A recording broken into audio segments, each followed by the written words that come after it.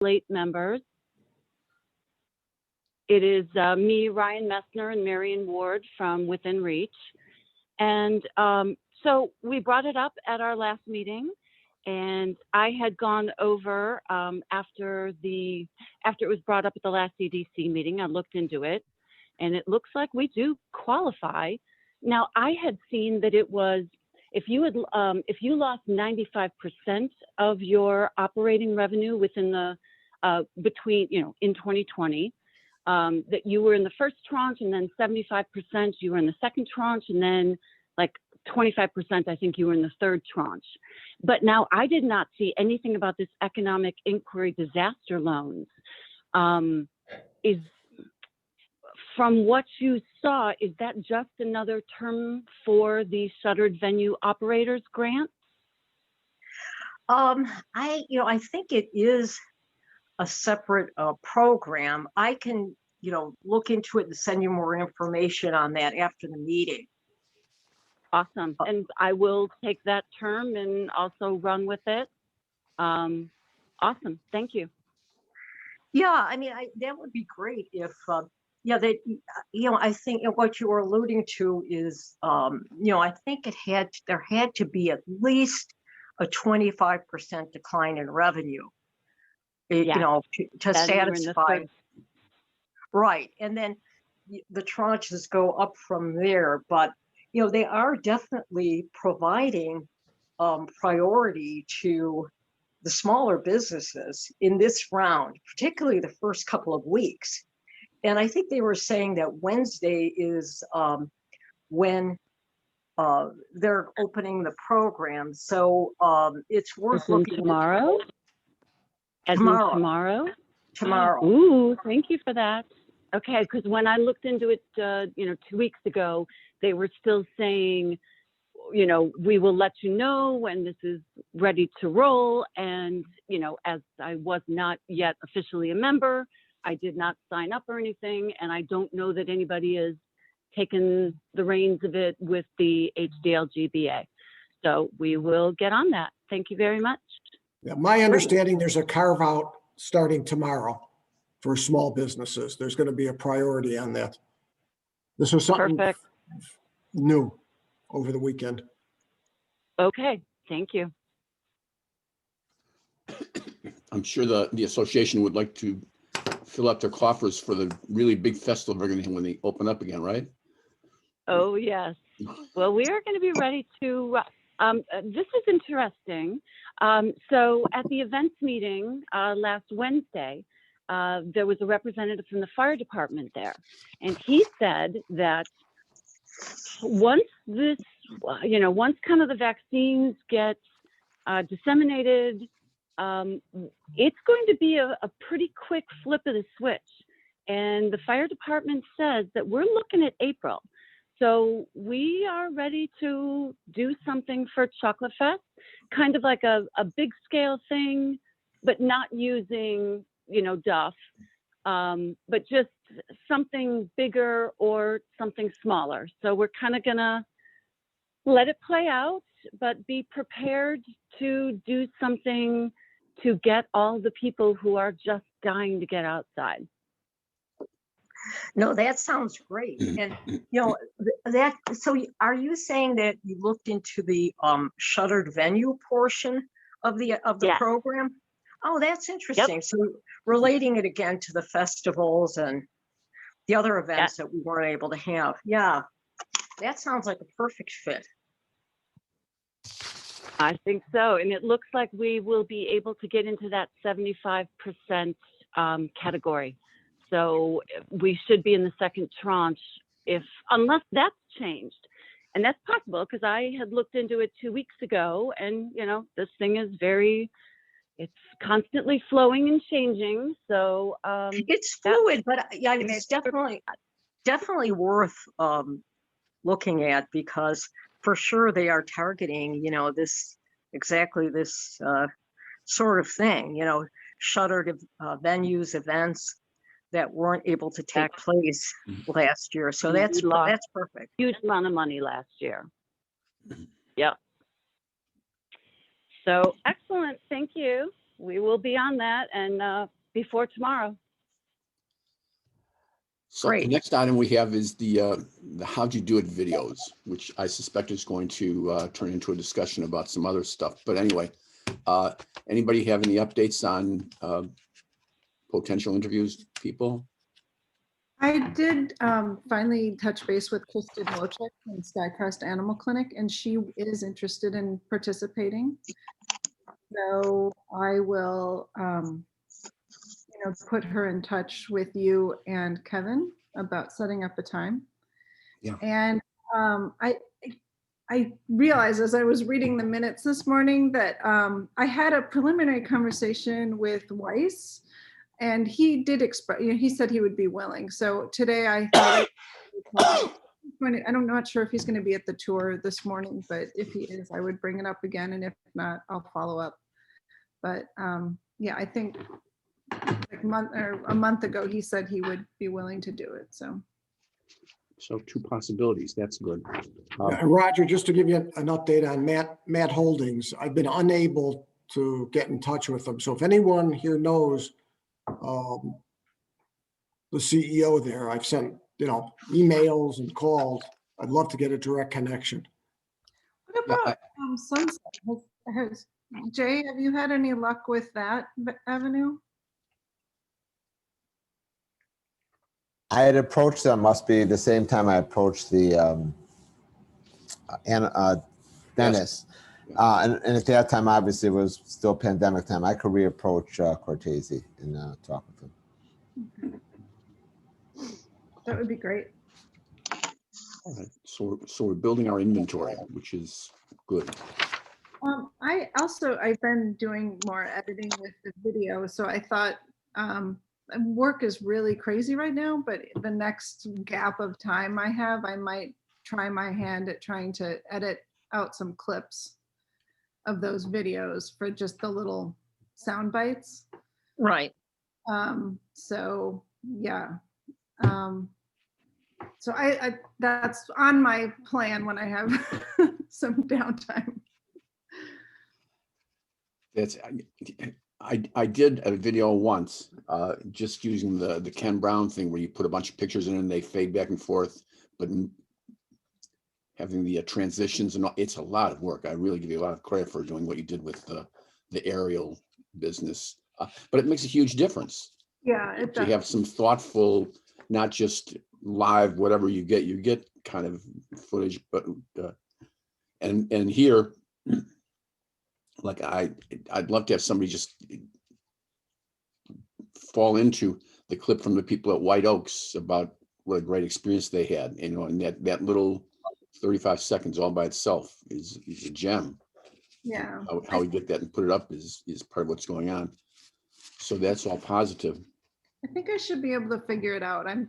It's taking me less and less time to figure, now that I know how the software works. So I will try my hand at that. So Thank you.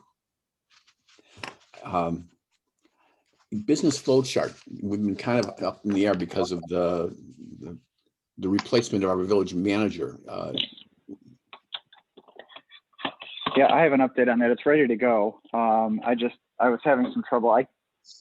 I'll be honest, I forgot how to log into the shared drive. It keeps asking me to send an email, and I think that's going to Denise's email. So I emailed her yesterday, and is she off this week? She's normally really good about getting back, but as soon as she gets back and I can make sure that we have the right version in place, that'll be ready to go. great. Now, Mike, you got feedback from, I know you got feedback from the village and from Jim? Did you get From Jim? Yeah, I did get, he gave feedback pretty early on, and that's all incorporated. I never got in front of the whole planning and zoning commission, but since that's, Jim's deal, I was assuming that they'll be good to go.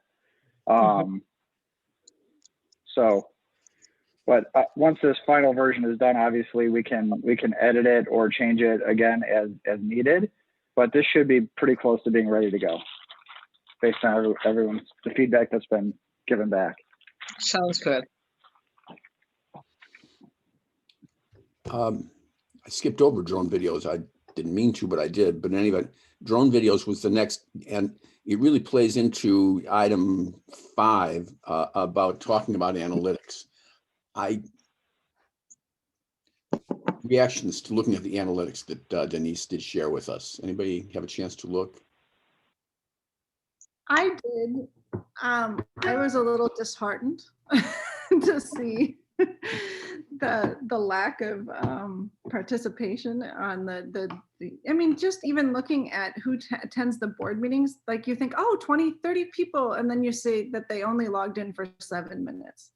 So it's really, I mean, I don't know. I was disheartened. So how do we get people in? And Gary, I'm glad to see you've joined the call. And I just want to skip back to the drone video a little bit. I did get some feedback from Rita and Gary. And so I have been making some changes to that. I think the big thing that was I'm struggling with right now is doing a map that is incorporated, like to show where Long Grove is in relation to the surrounding area. And that's just giving me fits. So I don't know if I just have to admit defeat, or I was going to call a friend who's a graphic designer and see if they have any advice. But thank you, Gary, for your feedback. I thought that was really some great advice. Welcome. In watching it, I put on my visitor's hat to think how I would react if I was to just go on and see this. And I thought that the footage and the quality of it was really good. But Jennifer, as I had written to you, and I did it in the way I would have done it if I were, I don't know how to use the software anymore. I did it when we were cutting film and gluing it together, 40 years ago. But the concept is the same. By just adding in labels of and explaining what a person was looking at, it will elevate the effectiveness tremendously. I showed it to a few people that I work with, and they said, what's Chatterbox, or what's they didn't know what they were. And as soon as you put something in there, it gives people a frame of reference and a reason where they might want to go there. Otherwise, they wouldn't want to go there because they don't know what you're really showing. I'd like to bring something up because the idea is here, I think, is to get more business into Long Grove, whether it's the downtown area or it's in the TIFs, that are kind of the collar TIFs around the bottom southern part and the eastern part. We talked about last meeting, we talked about the examples of other towns or other villages that are doing something. And there's a book which I'd like to, I don't know how I can get my hands on it, where you were going to read from and talk about it. But I can tell you immediately that we as a company are looking at Lakemore as an area, because it's an area that's under development. They have a TIF on Rand Road at, oh God, I don't know if it's 127. It's up there in Lakemore. And they have a dynamite website that doesn't take a whole lot. It's not probably any more difficult to do, well, I mean, the website itself, but the content is more like a PowerPoint with pictures of developments that are going on in Lakemore, the TIF and what they have to do. And it's an invitation. They do it right. If a person was thinking about relocating into Lake County and they ended up on, I'm not sure how they get to that website. I knew that they happened to have it. It's super effective. If you look at that and see if you can use that as an example or somewhat of a pattern, they're right there. They do it right. And I just encourage you to go on there. Now, my thought is this: you have drone video, you have pictures, still pictures. We talked about just making a picture move by moving the camera or moving the software, make it move. I propose that you have two on your website. You have one for the general public that would come to maybe want to be enticed. You want to entice them to come to Long Grove, to visit, to shop, to spend some time. But then the other one should be the economic development. That's the engine. That's where you're going to get all your revenue. Go to Lakemore and look at that one. I'm sure there's other examples, but I like that one because, man, it got me going. I've already been in discussions with the people at Lakemore the village manager about relocating a business should we get the franchise to go there. You need an example. You need something like something that you can pattern after and not have to recreate it from scratch. That's the way to go. Great, I'll check that out. I know I wasn't able to meet with the Municode who does our website, but Denise did meet with them and we're gonna have a follow-up. Mina, were you at that meeting? I participated by phone, but we're going to try to meet up with them again. They're gonna do a free training for the staff and for the village. And then, yeah, we're gonna try to update some of our website for free because obviously if we could pay a lot of money and get a little bit more done, but it's a lot more, it was quite expensive in my opinion, but yeah, so we're gonna try to get some free training updated. We get that every year, I think she said, and the staff will try to figure it out. And then from that point where I think the lady was gonna also help us do some things for free. So we'll see, but yeah, I mean, our website, it's the plan that we're on. It's from a price point. This is kind of what, but there are some things that you could help us with. So we're hopeful. Let me ask a question on the drone video. Are we hung up on that just because we don't have a professional to put it all together, because that costs money? Is that one of the issues? Because it's been on our agenda for so long. Yeah, well, we were, first of all, we were waiting to get rights from the drone person. We had to do some legal stuff to get, and that took a while to iron out. And then it took me a while to edit it. It is pretty much ready to go at this point if I don't put the map on the front. And I think at this point, I mean, Jenny, pardon? I just sent you a map. So see if you, so see if you want to insert that one in and then we'll see. Well, let me tell you where I'm headed on this. We're constrained on money, and Gary just said something that hit me about, let's put ourselves on, we're a business that wants to relocate. And, besides some of the statistics, the drone, it'd be great to know who, some of the major players in the. Yeah, you need to show the Sunset development, you need to show Menards, and you need to show all the successes that you've had that you told me about last week that we're doing so well. Let me People continue. don't know about that. Yeah, let me. Is it possible we could get them to, take 4 or 5 local businesses or even, some of the big box type concept, and at the end, sort of like public TV, at the end says sponsored by these businesses, to put it together so we can get this done. They may even have resources. It's a positive for them. It's a positive for us. Sort of at the end, sponsored by so-and-so. And let's get, 5 or 6, we can get names on there. They could maybe put up a few dollars each. It won't be a lot of money, or they may have resources internally. So Erwin, that's a great idea. And I'd say that most, not most, but I'd say half of the economic development organizations I work with for business, a lot of them are in public-private partnerships with the local corporations who actually sponsor them and fund some of their economic development activities, which is why their websites are a little more snazzy. And again, they sponsor some of the videos and other things. But I don't know if we ever as a group or if we've been allowed to somehow get some sort of sponsorships or get some of the, it's kind of like the chambers. It's like using, having some of the local companies pay. And I think if that's not something that we're against as the village board, that's something that we should definitely pursue, because you're right. Right now, we're so constrained with cash that we're trying to do this, Jenny's just adding in all of her time to try to do this, but. Right. And we, think about this as, the EDC is running a business. Let's get the top quality. Let's get exactly what we need to bring in all these potential businesses to look at us. So if that's something that could be discussed with the board or the powers to be, if that's a possibility, then maybe we could strategize in the next meeting about options to do that.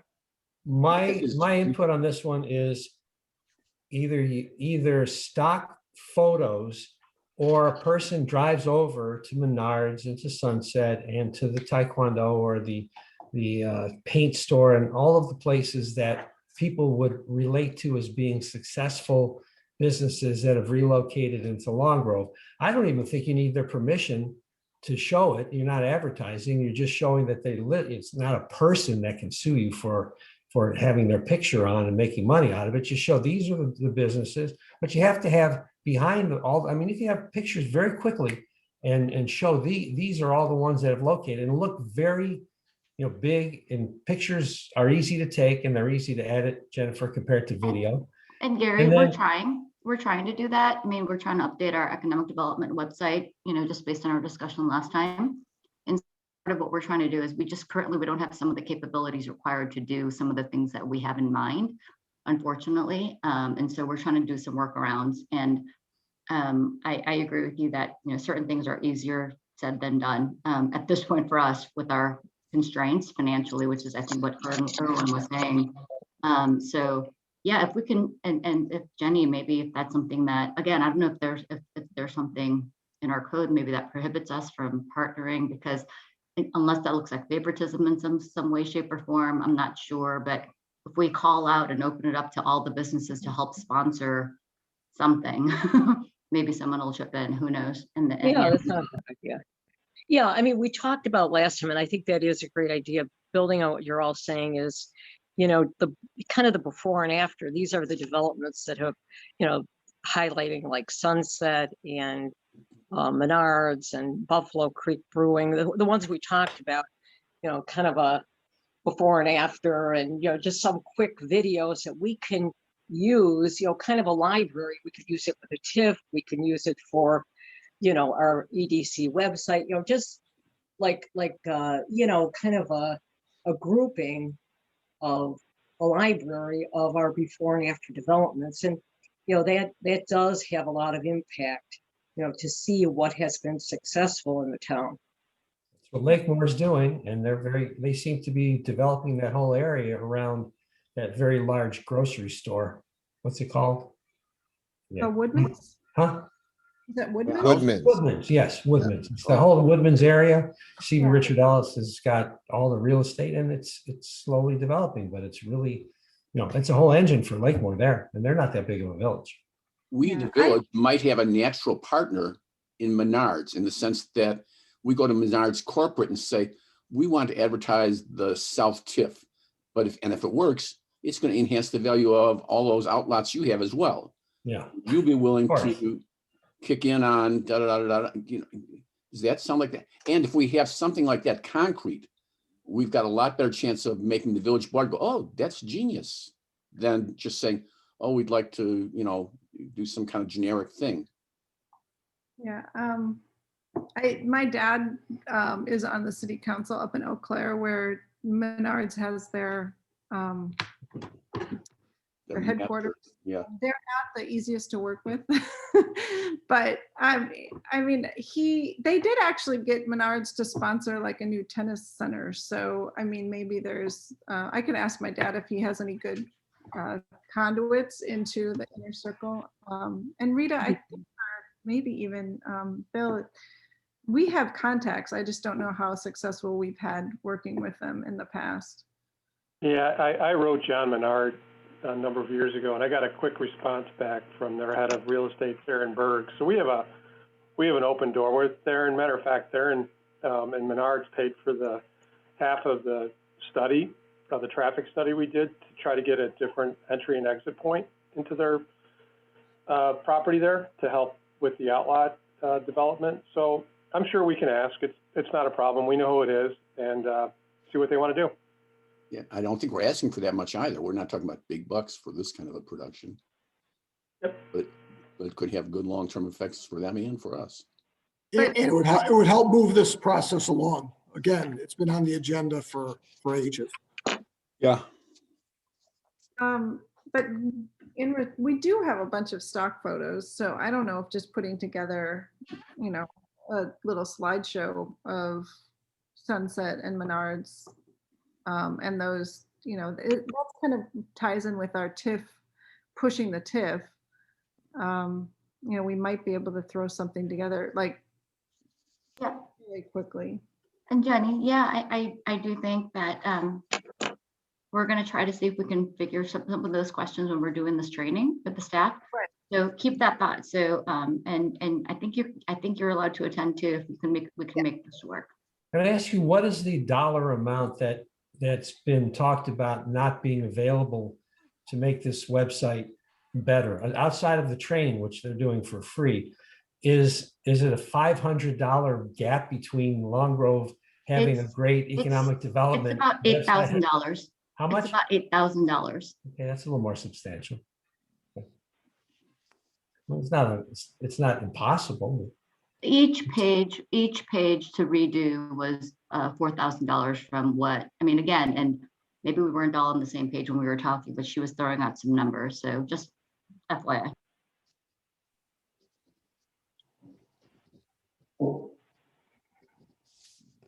How about if it's done by someone, if not Jennifer, then someone that is decent at website development, that can they develop and just make the artwork and then they insert it instead of having them do it all? I mean, they get that much money just for changing one website, one page?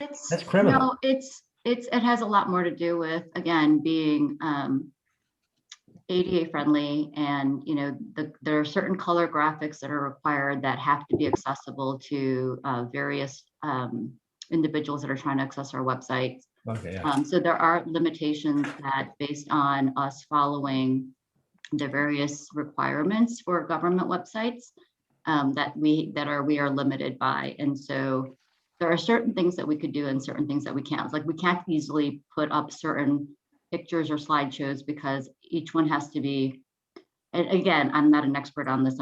I was listening into that conversation, but I think it's, kind of like to help the hearing impaired as well as the, the visually impaired. There's other things that we have to be mindful of. Hey, this is Mike. Real quick, is this another opportunity to co-opt with College Lake County or some other community college, or somewhere that has a graphic design program, to see if their students can work on this on a kind of a pro bono basis? You mean our partnership with Stevenson High School wasn't going to be good enough? No, I'm not saying that at all. It's something Mike, along those lines, right? Yeah, I'm kidding. No, I think that's a great idea. I'm totally kidding. I mean, it can't hurt to explore, right? Yeah, I think that's worth exploring. We could even, maybe contact someone over at Lake County Partners to see who helps them with their,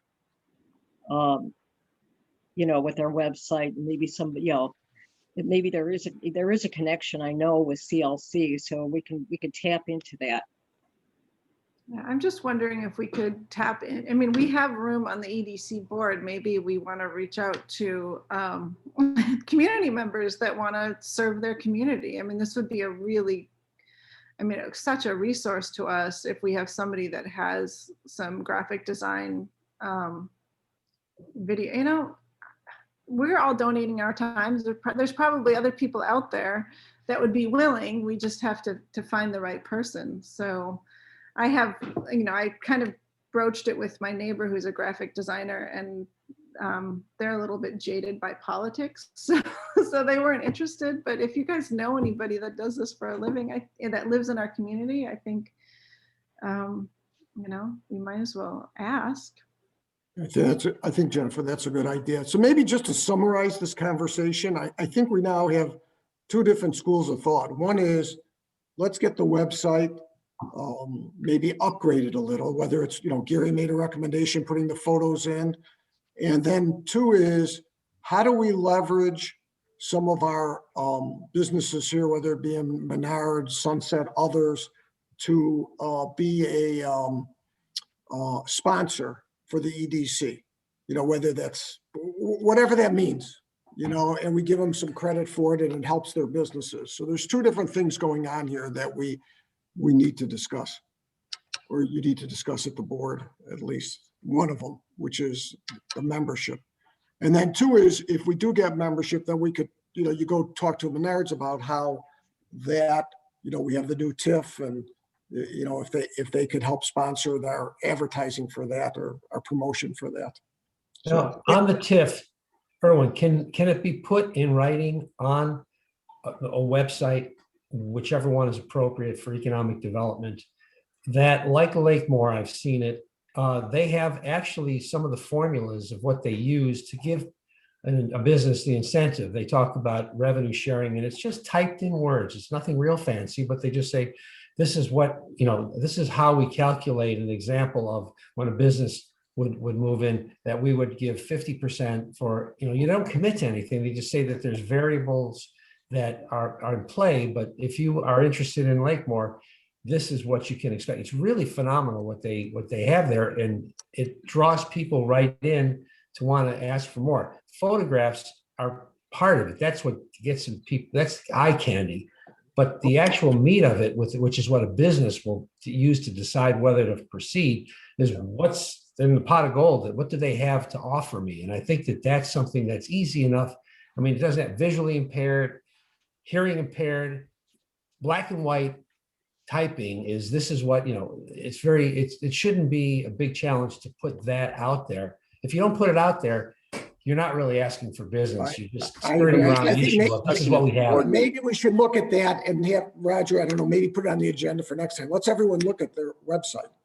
When we had this discussion at the board meeting, maybe 2 meetings ago, there was what I heard as a very strong reaction against saying anything to anybody about what the village might do with respect to the TIF. Right. That's the what reaction was. All we're going to say is it's there, and who knows what. And we don't want to make any promises or suggest that we're going to give anybody any money or anything like that. And I mean, it really blocked the kind of thing. Pretty lame. I mean, if I was a businessman, I would go out down the road and look at another town. And I am a businessman, and that's exactly what I did when I passed by Deer Park and a couple of others, and it ended up with Palatine, because they were willing. They didn't give a promise of what they would do. They just said there's a sliding scale depending upon your business. Let's get to talk. This is what we've done for others, and it worked. I just don't think it's you don't have to be so aggressive that you don't have to give away all of your secrets and give everything out at the start, but you're not doing enough. You're not putting a bait out there to get people to want to bite. You're fishing without anything on the hook, I think. You're just sticking a hook in the water, hoping that they're going to bite on it without any bait. They were concerned to even do a kind of a generic that would go, well, as you know, TIFs can do this and this and this. Examples of it have been this, here, and that, there. Talking about other villages and what they've done with TIFs. I got the sense that they weren't even comfortable with doing that much. You get what you get. No, I don't think so, Roger. Roger, I think. Thank you. And I don't know what. Thank you, Bill. What did you get back? What did you get back? Because we were putting, some generic information about what the TIF could be used for, right? Mm-hmm. And so that, we don't know what somebody's going to want, right? And there's no examples really to use there yet.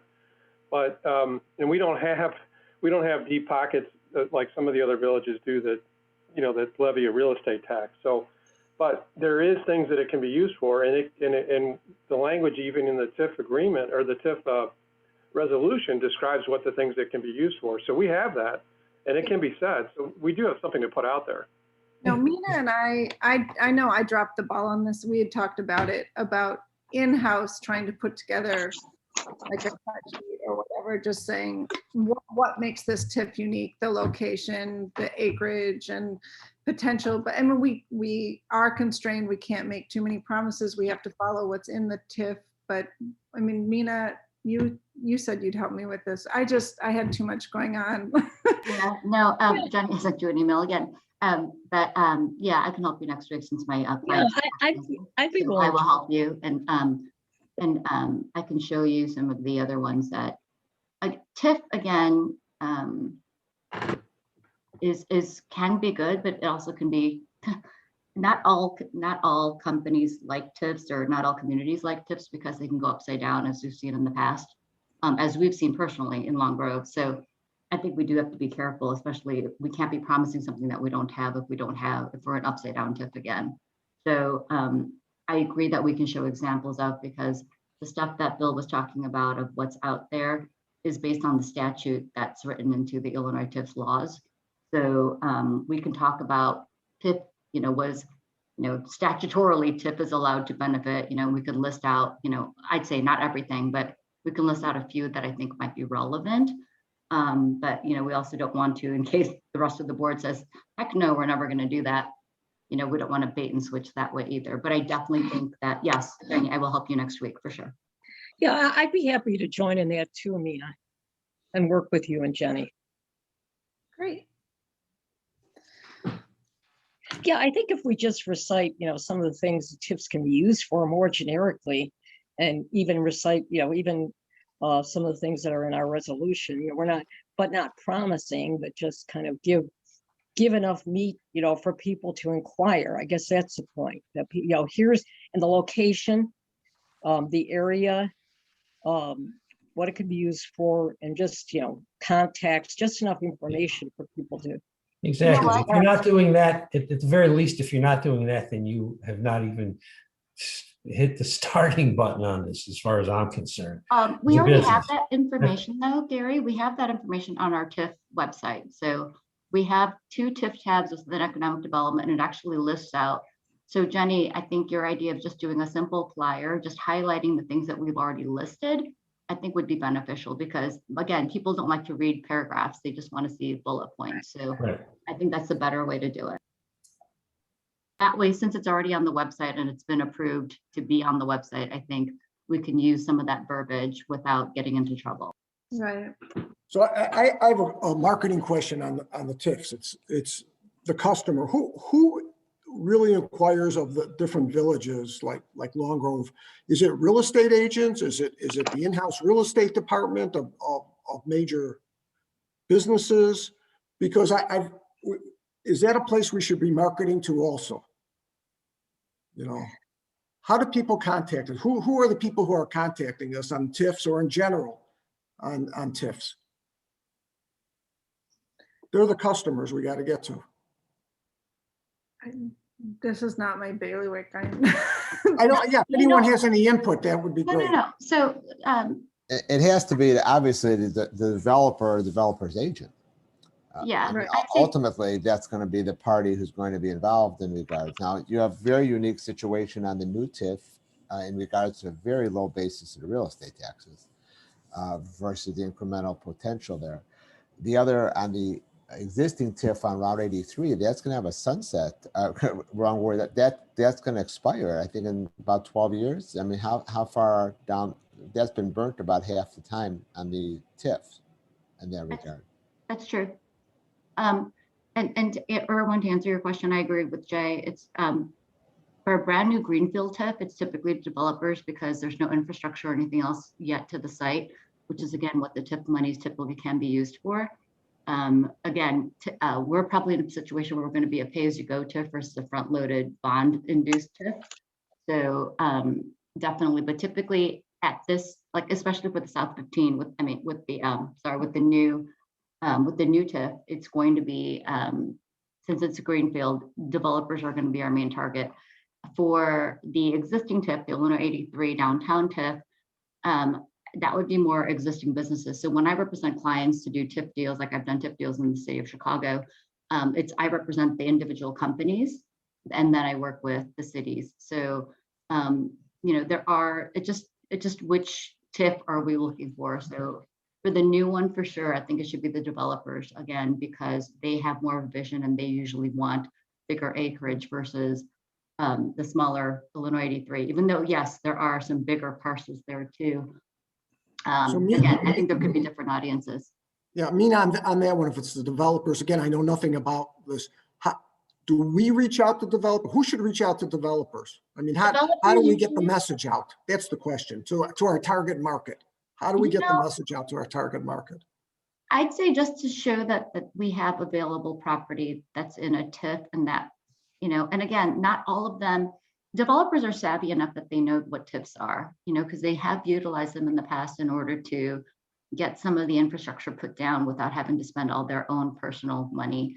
I'd say that, maybe reaching out to the big, the Panettones of the world, even though, again, maybe not the right target market, but maybe something a little more local. Or who was a developer that did the Menards, maybe reach out to them.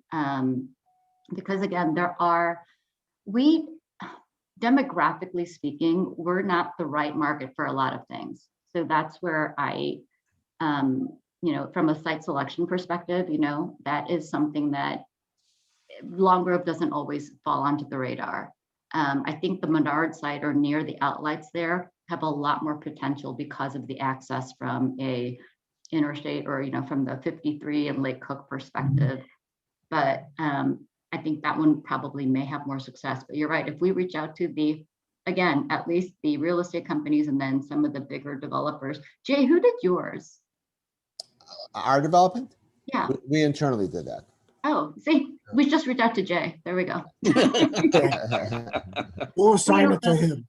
Anyway, I just, if we're gonna do some marketing or we're gonna get to the centers of influence on this, how do we get there? That was my question. That's really Well, my question. I did talk to the Schaumburg and Brand.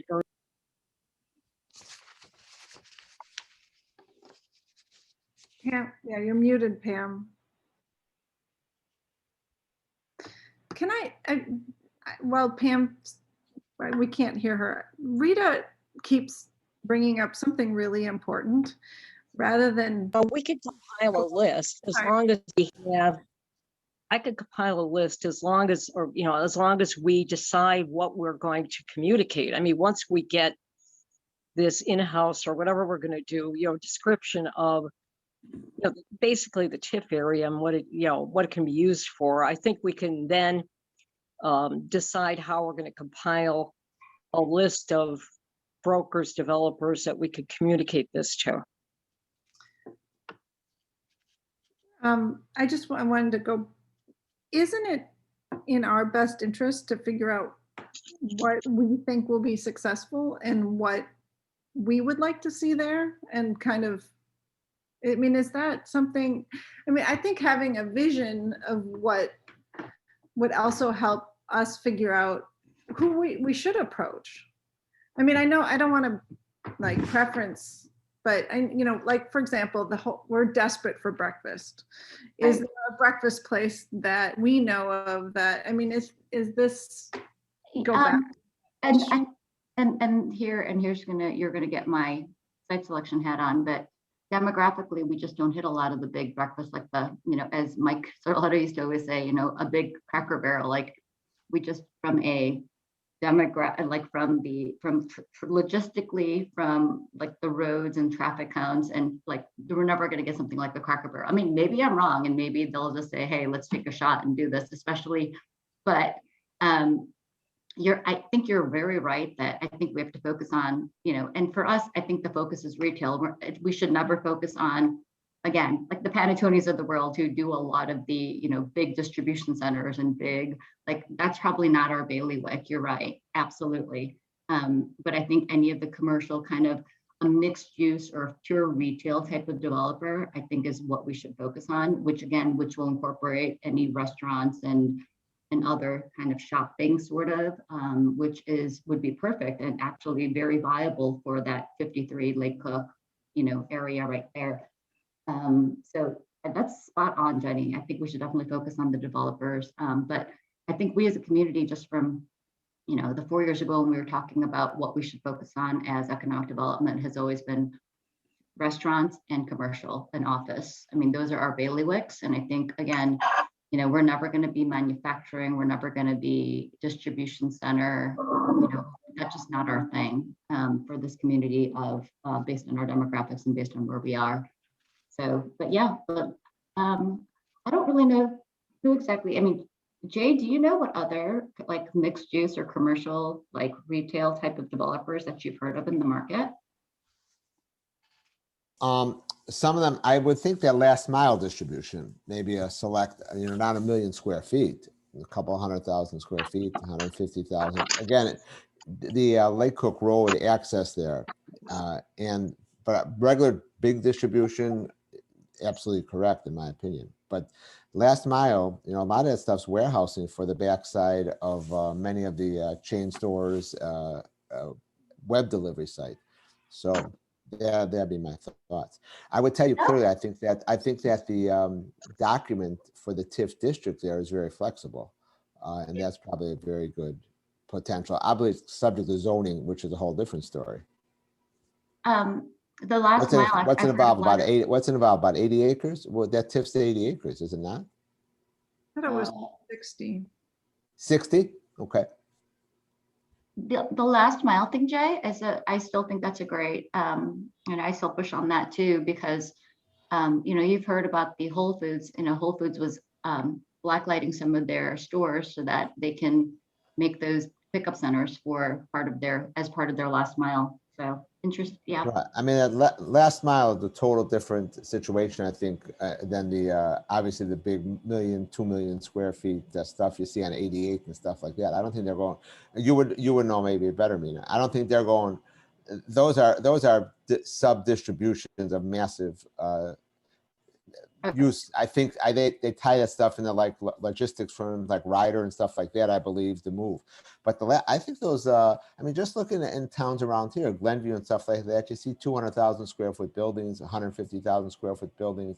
That has to be probably the last mile for whatever the extension of last mile is. And maybe we'll get some concept. I think Glenview has been very aggressive on the sales tax side of that. And that's why I was interested to hear what Irwin has to say in regards to where is that tax on the retail side identified, because that could certainly be a very positive thing for the village, generating revenue too. The funny you should mention that. Yesterday I read an article from Amazon about, I think it was in the Wall Street Journal, New York Times, I can't remember which one I read, but it was about how the local community within Amazon and its presence as the main operator or as the largest employer in the town in California, that they did not benefit from the sales tax as much as they anticipated, because it was more of a distribution center than it was again, sales tax laws. But California sales tax laws are very similar from because it's a point of sale, like Illinois and Texas. So there's a lot of, the sales tax with all the drop ships and all of that right now are really complicating a lot of the tax world, because I'm working on some of these, sales tax revenue sharing deals across the country. And there's a lot of complications now within the various legislatures. So it's interesting. If you would like, I could give my report on the sales tax. Excellent. This is the right Definitely, time to do that. So that's a great lead in. I mean, that's almost like we hooked up before to figure out what to. Set that up, guys. It was just perfect. So I ended up, contacting someone at the Illinois Department of Revenue. An unofficial answer was, this sounds like a distribution center, sounds like a post office, sounds like a PO box type concept that most likely wouldn't be subject to sales tax in the village. However, everything is changing. When you get something concrete, then have whoever the finance person is who deals with sales tax contact us. It would be the law department. So, Mina, I'm sure that's what you're dealing with on an ongoing basis. It's so hard to get answers on anything, but that's a guideline. It was unofficial. And they said most likely what you're saying is it's more like you just mentioned Whole Foods. It's a pickup. You're not having the sales at that end. It's like, and the comment was, it's a post office. That's what you're talking about. So like the Amazon lockers that they have like all across the city, because they have one at my Chase Bank. So all of those, none of those would be considered point of sale because it's just a pickup, like you said. So that actually makes a lot of sense. I mean, it does. So maybe we don't want that. There is, one of the things that she mentioned was the fact that who owns the property? Who really is running that pickup business? Is it one of the big, an Amazon or a big department store? Or is it someone providing a service to the Amazons and getting a fee for that? It's a very complicated question. And the bottom line was, when you get more information on it, something specific, we could address it through the legal department and through the village. Yeah, Just guessing, but if you go out in the morning, the UPS at 12 and 53, and there's something right there as well from Prime, because if you go out at the right time in the morning, you're overwhelmed by Prime trucks and UPS trucks. So there must be something about the demographic in that area, very close to the south, that says it's a good place for distribution centers. Well, Roger, I think that's correct, but I was on the sales tax side. Yeah. But right. So I don't think that facility is subject to sales tax. I think with, and this is very complicated. I am not an expert on it. You need the expert. There's something called Wayfair which really dictates what happens. You know, you make it, you call the 800 number, you go online and order something. So is that where the sales tax passes? It'd be interesting to ask our finance department, do we get any sales tax from any internet sales? Well, so right now we do get it, and it's based on a per capita, and now they're going to be switching this year based on where where the product is delivered. So it's part of this. It's in, Jenny, you have it, and we may want to print this out of the IML review. The February 2021 edition talks about this very issue in a paragraph about how the change is happening this year. We will, as part of this act that was the leveling of the playing field for Illinois Retail Act, is going to require all marketplace people to collect both the Illinois 6.25% retailer's occupation tax and any locally imposed ROT instead of the 6.25 use tax. And then it's going to be based on where the product is delivered. So this changes things a lot, right? It's not where the business, it's where the product is delivered, not where it's based. It's called destination sales based sales tax sourcing, which is, it never used to be prior to, and Wayfair was the largest state and local kind of like sales and use tax case that came out in the last, like 5 years ago now. But it's been, states all across the country have been grappling with how to deal with this specific issue. And I know Texas is going through that right now. Texas has not been this way, and then they're going through, and hopefully their legislature is picking up on it. I'm working a project there now, but it is something that, you know, destination sales based, because they're trying to pick up tax, because people have been saying that their communities are losing out by not, you know, receiving some of the benefits, which is how it started, really. Yeah, so we're going to be going through that this year, and we think, well, we hope it'll benefit us. Right now, we're getting a share based on per capita. I think until we figure out the zip code situation, because again, I'm still getting taxed like Lake Zurich rates, even though I'm in Long Grove. I think until we figured that out, because didn't we have this issue a couple years ago with the Verizon or cell phone bills not being taxed properly to us? I think we thought we had it, and that I share the same concern with you. But you know, there's got to be other communities across the state that have the same problem. There's not a post office in every town, right? You know, so. Yeah, and I think that's our concern, is where we're going to lose out possibly on our share, assuming that our small population does do a lot of online shopping and get them delivered to our house. Right.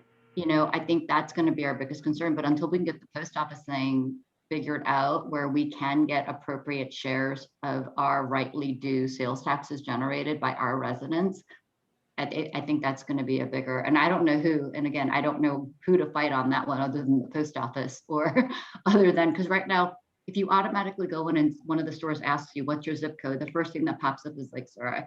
And then you're like, no, not Lake Zurich, you have to go down. And it's still automatically, sometimes when I get packages, it still gives me a Lake Zurich address. So does the village see any sales tax from coming across on reports from like Amazon or the equivalent from the last mile delivery? Do they see any revenue? No, we get a per capita share back from the state right now. What they're saying is they're going to go based on, they're going to give us a share based on where it's delivered. So we don't see that information. We just get a line item from the state. But there is some general, independent of specific details, there is some revenue that is allocated to the point of where the product is being delivered, or am I incorrect in that general statement? Yes. Okay. Yeah, there is. It's done on a per capita basis, like they do all the other funds, motor fuel tax, local distributed income tax fund. They distribute it based on a per capita. So the census is the driver, and then whatever they decide the total amount is, you get your prorated portion based on population of your town. So it's not factual consumption by the provider that is dropped off to. No, not now, but they're saying they're going to be moving to, you know, based on where it's Towards delivered, that, is that right? not correct? So, I mean, that's what I've heard. where it's going to be delivered, but I don't know what information we're going to get, right? You know what I mean, from the state. I guess we'll find out.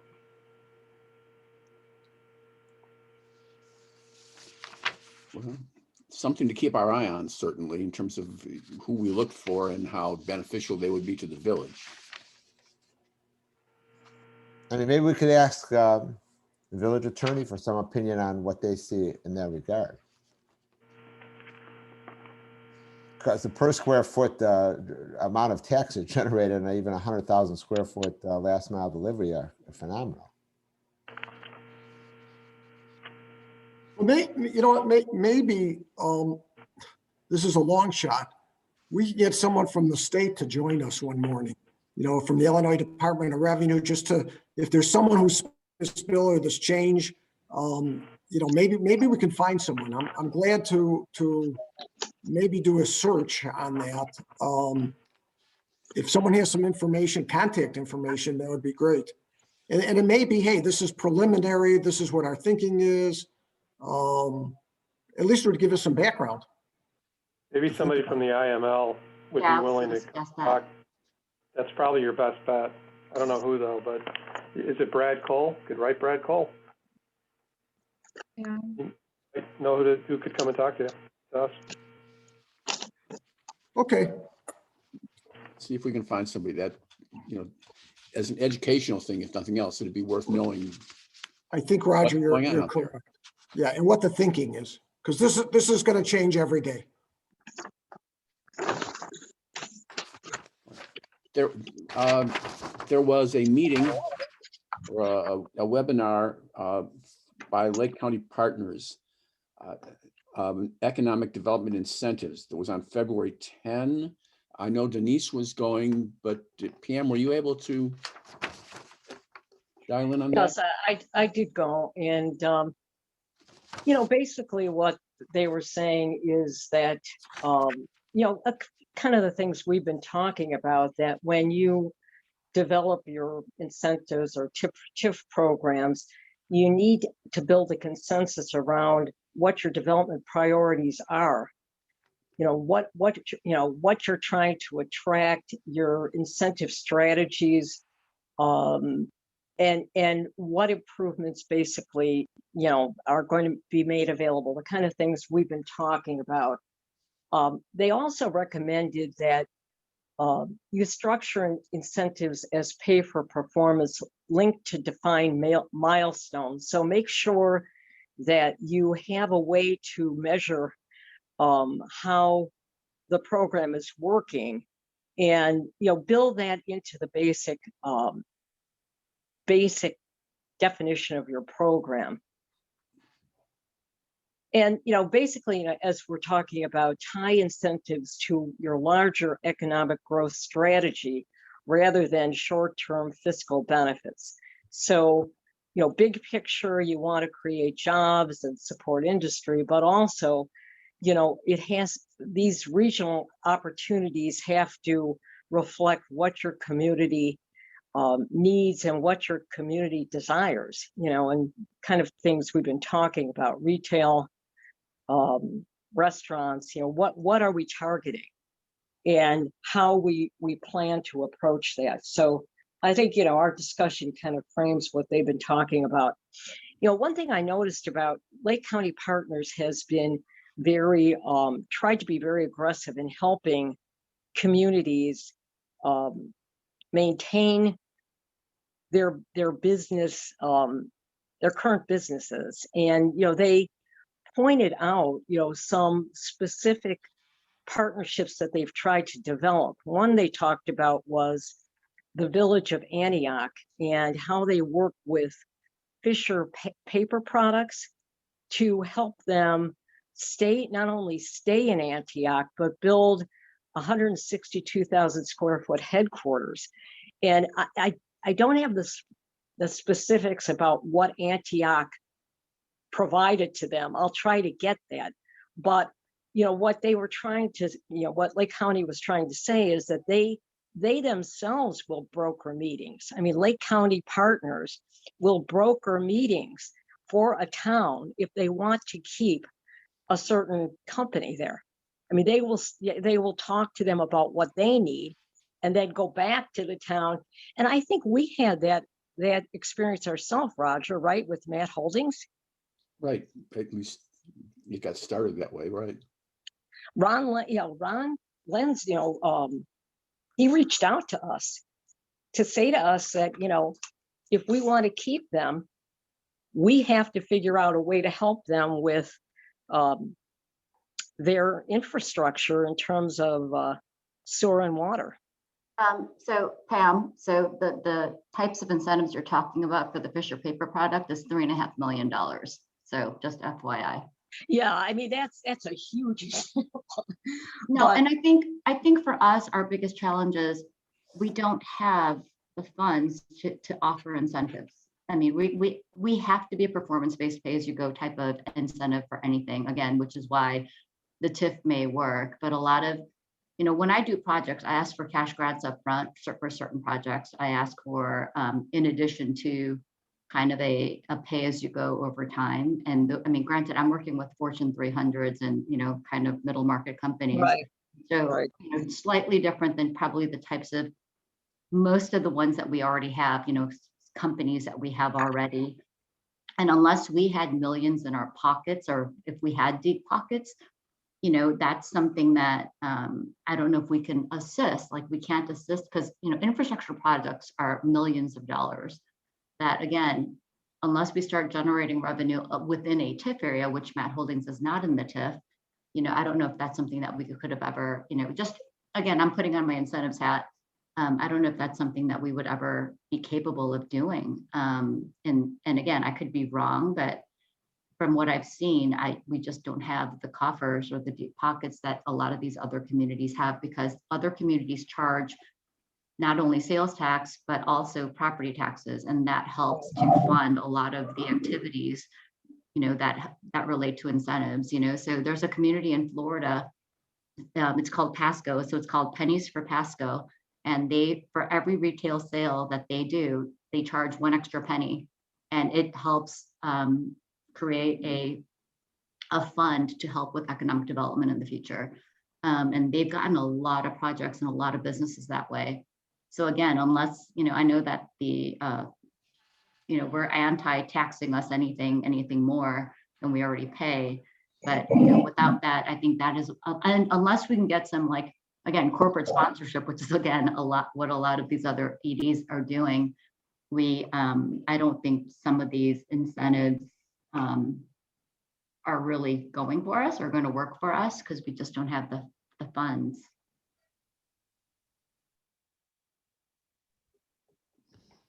We're going for, I'm sorry, go ahead, Jen. Go on, Roger. Whoever. We're going for economic development, just kind of as a generic whatever, which is, I think, problematic. And we've got the village, and we're worried about having the bridge still look nice and da-da-da. That's, I guess, part of what we're about. But if we're talking about economic development, my question is, what are the village's strengths that we should be playing to? What are the aspects around here that are the things that people who are starting businesses are interested in being near? We don't have lots of cheap open space. We don't have lots of inexpensive labor for manufacturing operations or for distribution centers. Right. So what have we got? All we can boast, I think, truly is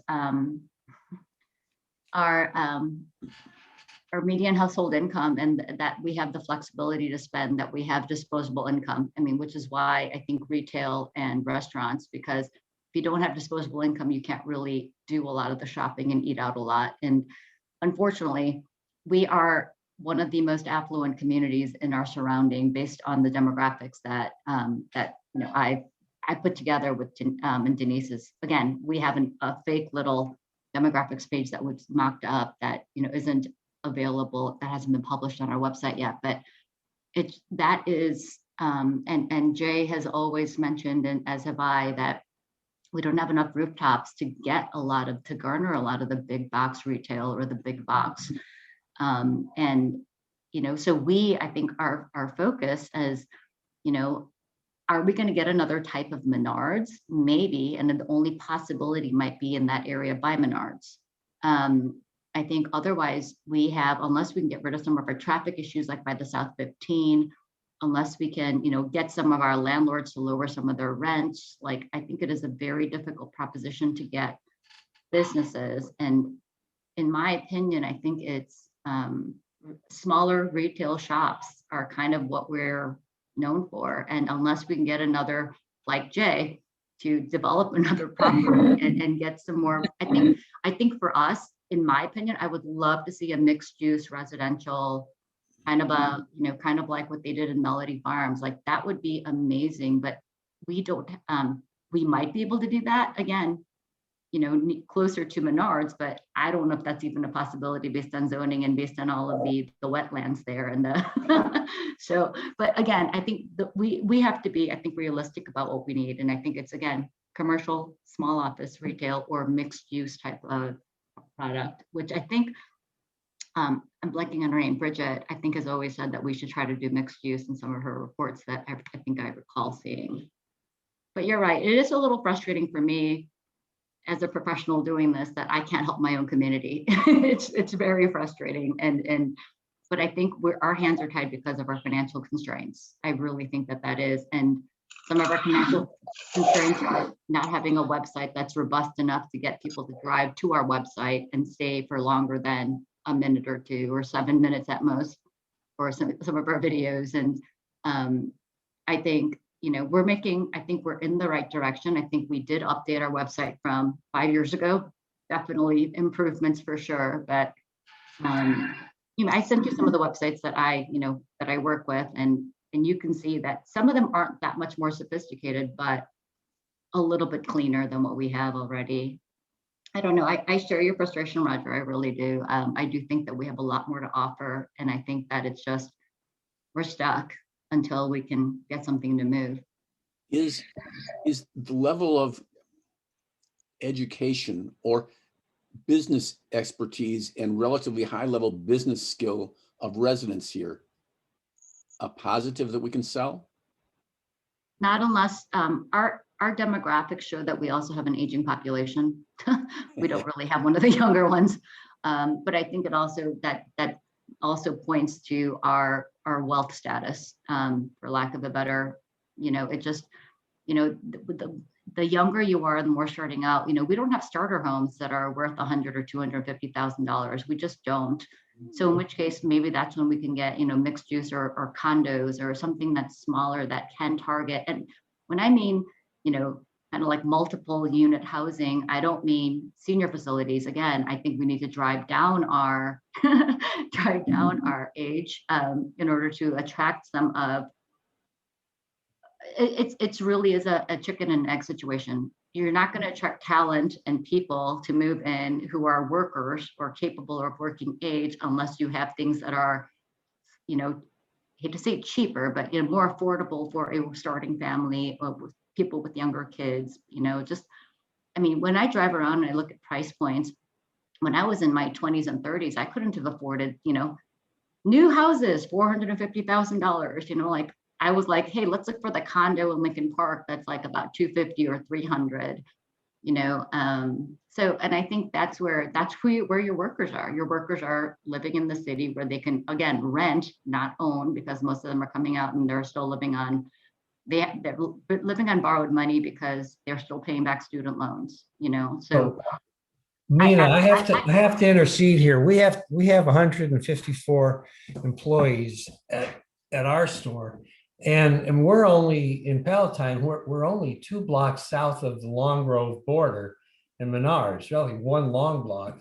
And we get employees from Palatine, from Wheeling, from Buffalo Grove. We have employees from Antioch. I don't think that you have to have people living in Long Grove to be working in those businesses that we're trying to attract.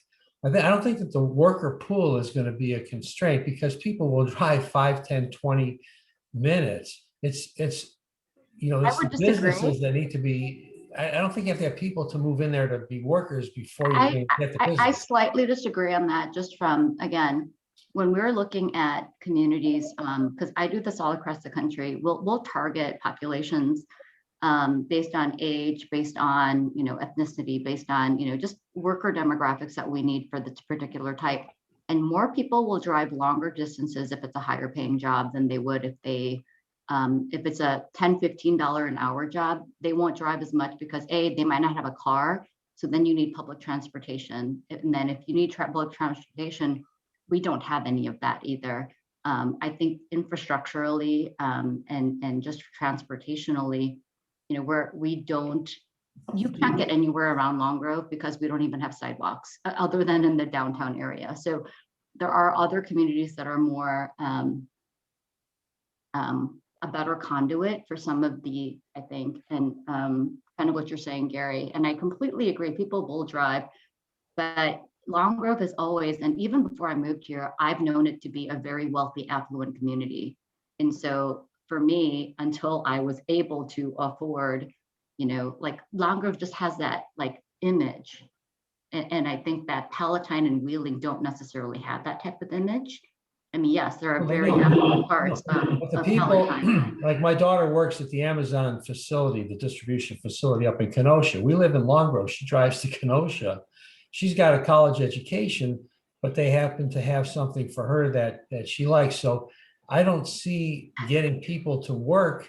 I mean, you got right across the border, we've got Palatine to the south, we've got Mundelein to the north, we've got Buffalo Grove to the east, and not as much to the west, but there's plenty of the worker pool, even for 15 or 12 to 15, $18 an hour jobs is there. It really comes down to I don't believe that it's a lack of workers or people that would work in retail or work in these jobs. I think it comes back to enticing businesses to move. If you build But that's field, they will come, but you have to get the businesses to but move Gary, first. that's what it is. As a person that finds locations for businesses to go, I wouldn't look at Long Grove because it doesn't have the right demographic numbers that I need. So again, that's why I'm saying target. I mean, I'm sorry, people would drive for 50 miles to get to an Amazon because it's Amazon. If you said Google, people will drive 50 miles, 100 miles, Microsoft. But when you're saying, hi, welcome to mom and pops, unless they are just, can get there, like it's just really not. So for us, in order for us to drive businesses, the businesses have to want to come here. And what makes them want to come here? Okay, where's my available workforce? And unfortunately, that's where the chicken and the egg. And again, we're probably way tangentially going an off your agenda, Roger, but that's just I think we have a couple of things in economic development, speaking wise. I think we have hurdles that. Yeah, I understand. But I ask one thing of Rita, you're there, I see your picture. Yes, Rita, how is it going with that auto dealer, the antique classic car dealer? Is that happening? I believe it ultimately will. I have stayed in touch, and the gentleman, Jerry, the gentleman who's there, has had, he said he's been crazy at work. The weather's been bad. He needs to get out and look at the building more. However, he did mention that he's spoken with his sign person to see what kind of signs they can put up. So I think it's probably, the weather hasn't been conducive for his product, but I believe that he keeps telling me, he said, I'm really excited about this. I think this is going to be great. So I volunteer to call him if you think that it would be of benefit, or at least it wouldn't. I can't talk anything specific. I can only tell him that the idea of moving into a place that would be a great shopping experience for his customers would be a big improvement over what he's currently got. Do I have your go ahead, or should I hold back? I usually call him on Wednesdays. So let me chat with him again tomorrow, and I can send you an email. How's Okay. that? All right. And I don't think at this time he's looking to officially move everything. He has a back room where he is. Have you been in his shop? I've been into the store. I've been into the store, the showroom, and I've been into the offices, but I haven't been into the back room, which I guess is his shop, where you can work on a couple of cars, but that's not a big thing. Oh, okay. Yeah. I wasn't sure because I had peeked in there. So I'll give him my weekly call tomorrow and send you an email what the. But if so you're in that weekly Rita- call and you somehow need a lifeline, you can call me on my cell phone and I'd be glad to jump in and get Okay. the guy excited about moving. Now, is this a second location or moving, I Rita? don't think he's going to keep two. He'll keep one. I mean, I don't know. I haven't talked with him since I was there about a year ago, and I got them to come out to my high school reunion and bring 2 cars, and I gave them the venue to promote their business inside of ours for all of my high school reunion folks, which were in their early 60s at that point. Right. But I don't think that he would keep 2. It would make no sense. I wouldn't. I would just close shop on the one in Motherline and move down to Long Grove. And that may happen, at this time, we're talking about display of the vehicles. Thanks to Jay. Thank you, Jay, for your openness to this. So it's in process. Short answer, it's in process. Well, good luck. I hope that it works. I think it's one step in Yep. We've got, bringing some revenue and some activity to Long Grove. Right. I think we've got somebody waiting for us out at the reserve or whatever they're calling it these days. So before we wrap up, just a few minutes. Anybody have any thoughts about the book excerpt that we talked about, or I suggested we talk about Holland, Michigan? I had some thoughts on that, Roger. I kind of think their demographics are the opposite of ours, I don't know if we could learn much from them. It sounds like they had a number of longstanding businesses that they were that kind of built the town, and a lot of them were associated with maybe the auto industry, kind of feeding into that. And, their public schools, it sounded like they were a real challenge, so it sounded like it was the opposite of our town. But one point they made, which I thought was interesting at the beginning of the chapter, was that there's a commonality of traits for all towns that they have been to that are on the rise. They've been to, I don't know how many towns. And it's residential buildings, new hotels, restaurants, a brewery, and stores that are not chains. And for us, I think that's the key there. I mean, I think that's where we can learn something, not so much about Holland. Holland almost sounded like it was the opposite of Long Grove in terms of not having funds available for schools, public schools, having family businesses that go back generations that, built the town. But for us, I think they're just general comment about what they've seen for towns that are on the rise. Residential buildings, new hotels, restaurants, a brewery, stores that are not chains, unique stores. So I found that very interesting in their travels of, whatever, 100,000 miles. That's what they've seen for towns that are coming up in the world. But Holland itself, I think, is kind of the opposite of Long Grove. Well, if you go to downtown Holland, Michigan, has anybody else been there besides me? It's very much like downtown Long Grove, in the sense that it's got a lot of unique shops, or deliberately trying to be unique shops, and they've made a go of it. Now they have the Lake Michigan Lakeshore tourist trade, which probably makes a difference for them. But there were 2 things that I saw that struck me. One was they used the phrase patient capital. They had people who had been in the area a long time and who weren't looking just for a quick hit and a couple of years in a storefront and go on. They were looking to be part of the community. We do have some of that here.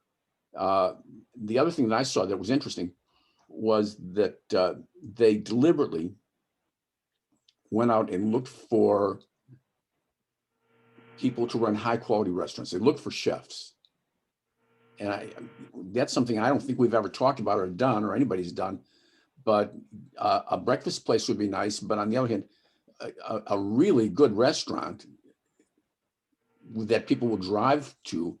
I think about Restaurant Row in Wheeling. The restaurants have a great reputation over there, but the area is not too exciting to go to. If I want to go to a fancy restaurant,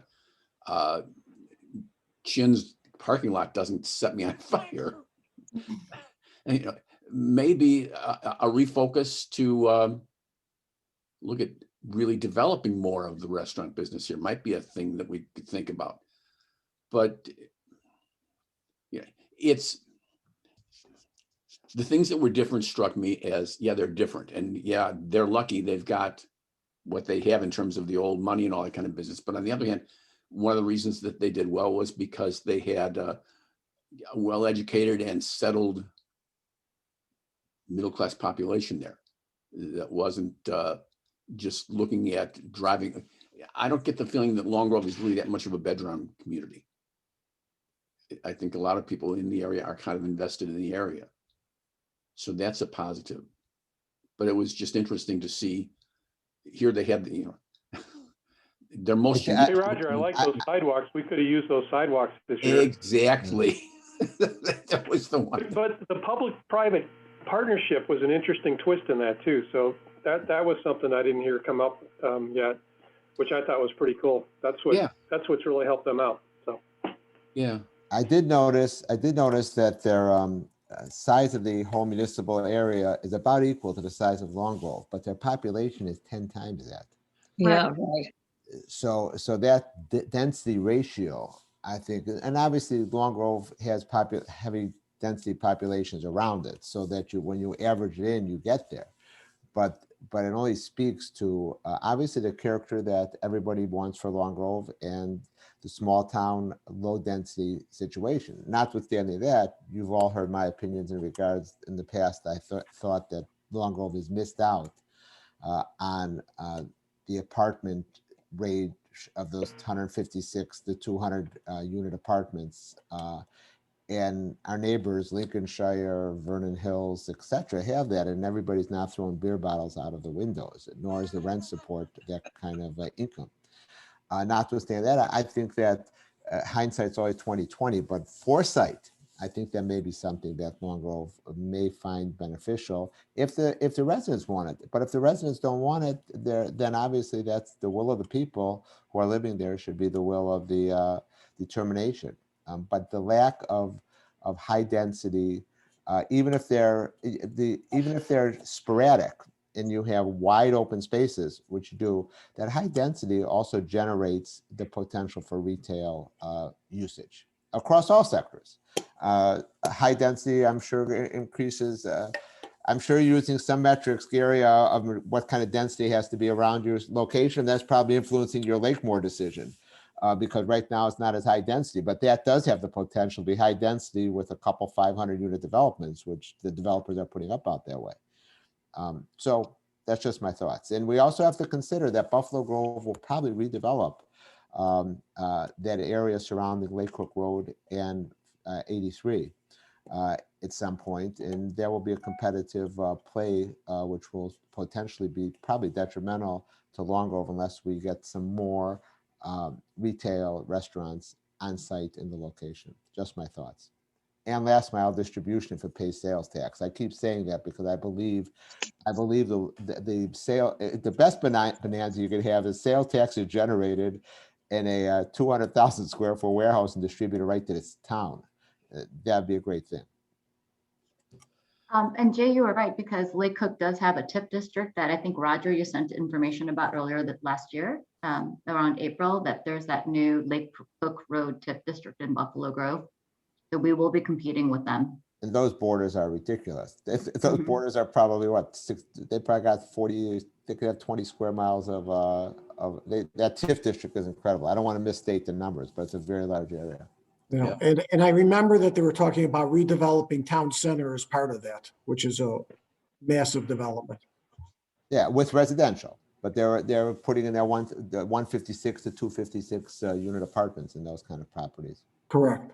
Yeah, and for us to compete, we can do that on the South 15 or on the new TIF.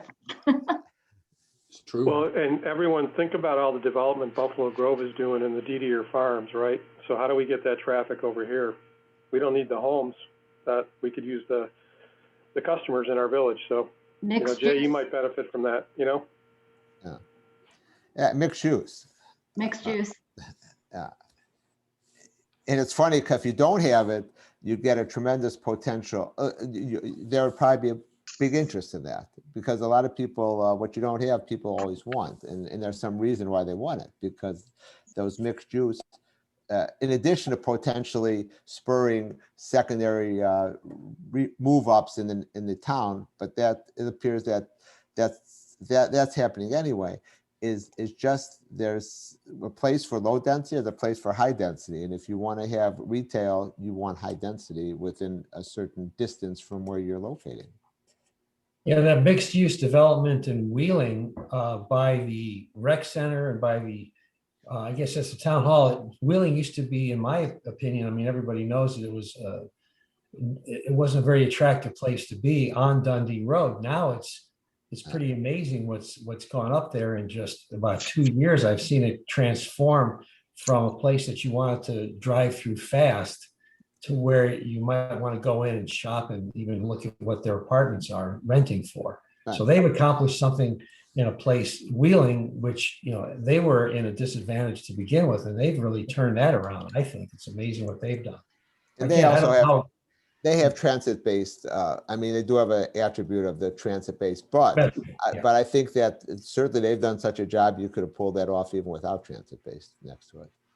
Well, I think this is really good to spend some time talking big picture like this, rather than just, you know, which shops in downtown we can do another kind of business, and keep that in mind. I think that the 15 pages in the book didn't hurt to just look at another place and see what's going on there and continue with that. But for now, we have to adjourn so we can go out to see the reserve, or some of us anyway.